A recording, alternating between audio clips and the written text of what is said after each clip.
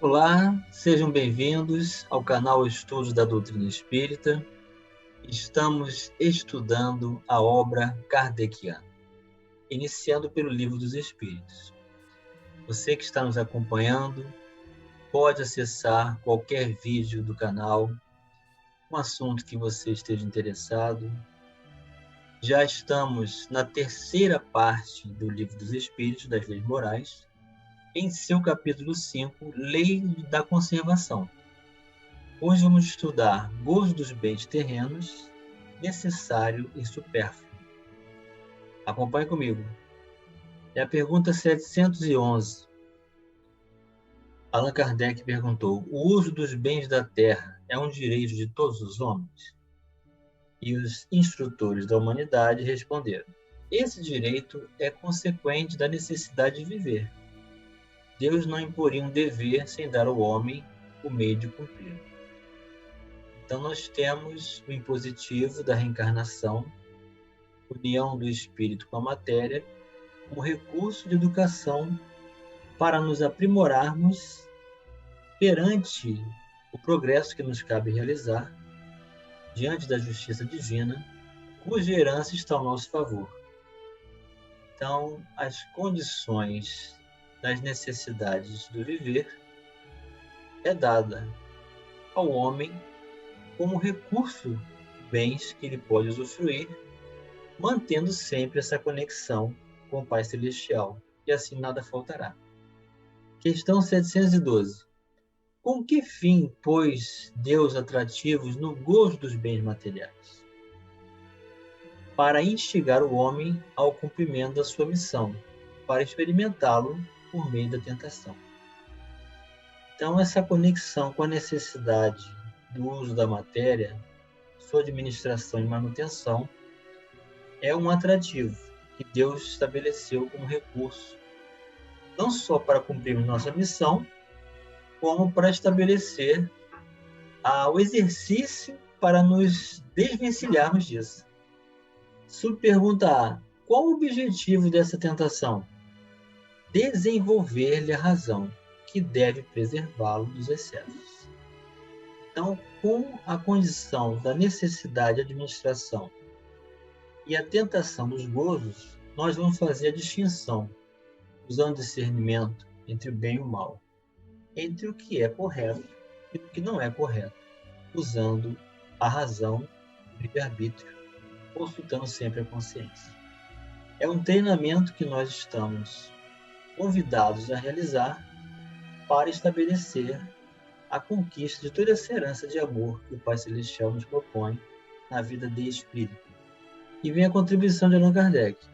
Se o homem só fosse instigado a usar dos bens terrenos pela utilidade que tem, sua indiferença houvera talvez comprometido a harmonia do universo. Deus imprimiu a esse uso o atrativo do prazer, porque assim é o homem impelido ao cumprimento dos desígnios providenciais. Mas, além disso, dando àquele uso esse atrativo, quis Deus também experimentar o homem por meio da tentação, que o arrasta para o abuso, de que deve a razão defendê-lo.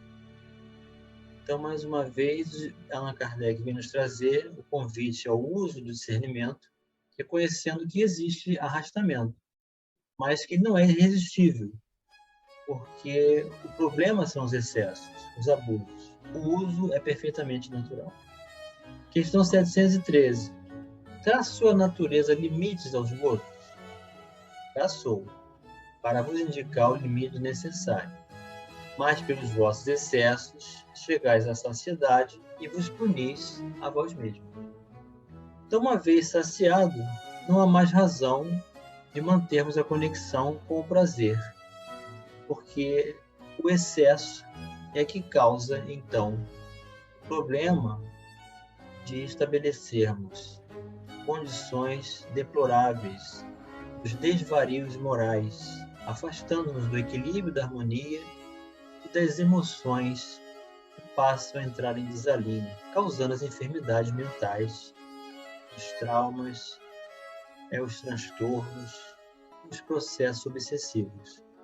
Então, nós mesmos somos causadores das nossas enfermidades quando abusamos, quando usamos dos excessos, depois da saciedade. 714. O que se deve pensar do homem que procura nos excessos de todo gênero o requinte dos gozos? Pobre criatura, mais digna é de lástima e de inveja, pois bem perto está da morte. Subpergunta A. Perto da morte física ou da morte moral? De ambas. Então aqui está o preço justo dos excessos, a tormenta de espírito, que repercute na condição física, gerando a morte física e o estado de lastimável condição moral. E vem a contribuição de Allan Kardec. O homem que procura nos excessos de todo gênero o requinte do gozo, coloca-se abaixo do bruto, pois que este sabe deter-se, quando satisfeita a sua necessidade. Abdica da razão que Deus lhe deu por guia. Quanto maiores forem seus excessos, tanto maior preponderância confere ele à sua natureza animal, sobre a sua natureza espiritual. As doenças, as enfermidades e ainda a morte, que resultam do abuso, são ao mesmo tempo castigo à transgressão da lei de Deus. Então aqui nós sabemos que essa palavra castigo, usada à época de Allan Kardec, hoje tem uma conotação diferente. Consequências do mau uso do livre-arbítrio. Responsabilidade para cada um de nós quando nos apropriamos desses abusos, desses excessos e fazemos da nossa natureza animal preponderar sobre a espiritual. São escolhas nossas. Então, cabe a cada um de nós reconhecer esses limites, fazer o bom uso do que é necessário para não nos permitirmos essas consequências graves.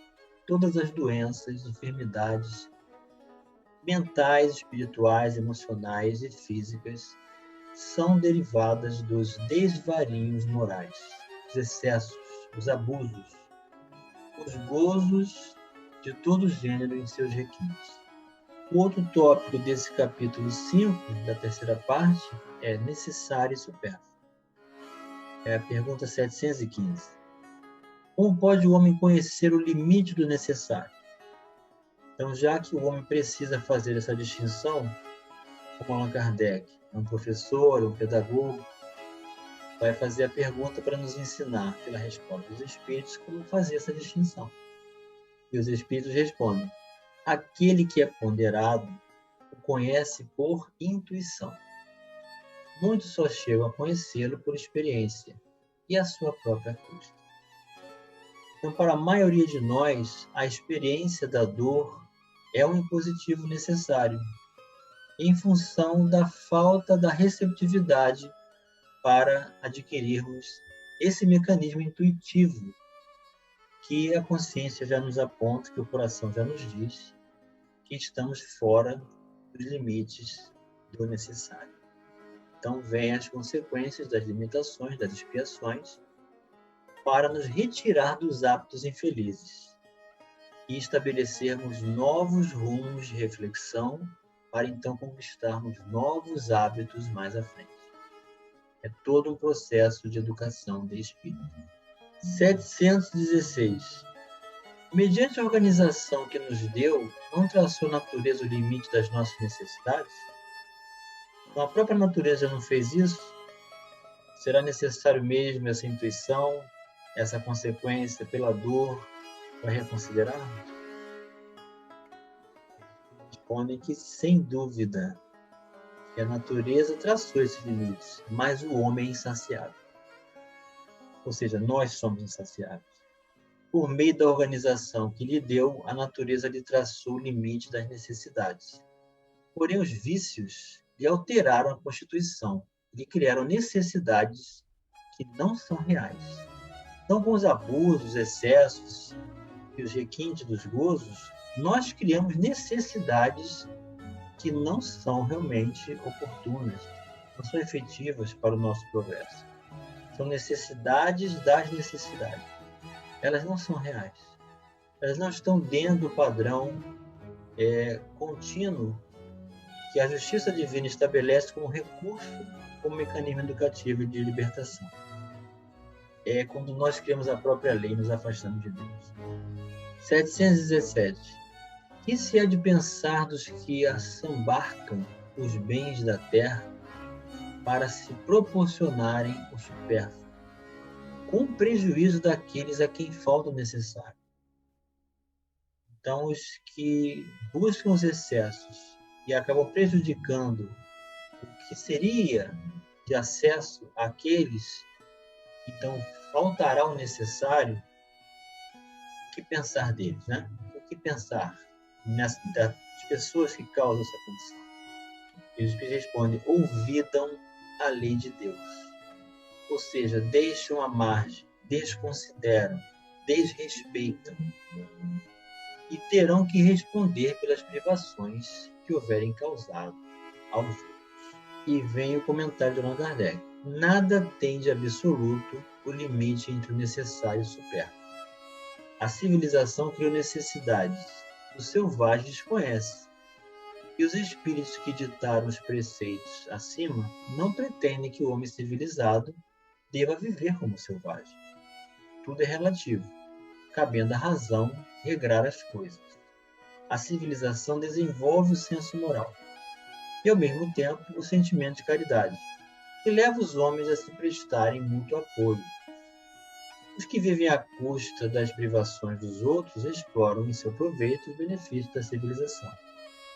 Desta tem apenas o verniz, como muitos há que da religião só tem a máscara. Então, não só o título da religião não garante a libertação, como também o prejuízo dos que estabelecem os excessos e privam, tanto os que deveriam ter acesso natural ao que é necessário, têm, por apropriação de responsabilidade, expiar essas consequências. Então, quando alguém pensa em fazer o mal, Deus já sabe. E essa situação só vai alcançar, dentro da lei de causa e efeito, aqueles pelos quais devam passar por essas privações, um recurso de retificação também perante a justiça divina. Mas ai daquele por quem vem o escândalo, que também vai precisar retificar-se. Então, um capítulo de muitas reflexões, que nós possamos fazer como recurso de entendimento para aprender a fazer essa distinção do que é necessário, do que é excesso, do que é supérfluo. E desenvolver essa receptividade para a intuição com discernimento, desenvolvimento da fé apoiado na bondade, o uso da razão desenvolvida pela aquisição do conhecimento. Então, a propriedade de discernimento para fazer a distinção entre o bem e o mal, entre o certo e o errado, que cabe a cada um de nós, e também do que é necessário, que é supérfluo. Não estamos condenados, não estamos isentos do uso dos prazeres materiais. O problema são os abusos, os excessos, a saciedade após alcançada e ainda a aquisição do vício como recurso de continuidade e, portanto, os causadores das enfermidades. Nós somos os responsáveis pelo próprio destino. Assim nos ensina o Espiritismo, nos dando a responsabilidade para nos apropriarmos da qualificação do bom uso do livre-arbítrio e encontrarmos os mecanismos libertadores que o Evangelho de Jesus nos proporciona, enviando seus mensageiros para clarear sua mensagem em nossas vidas. Um grande abraço e até o próximo vídeo.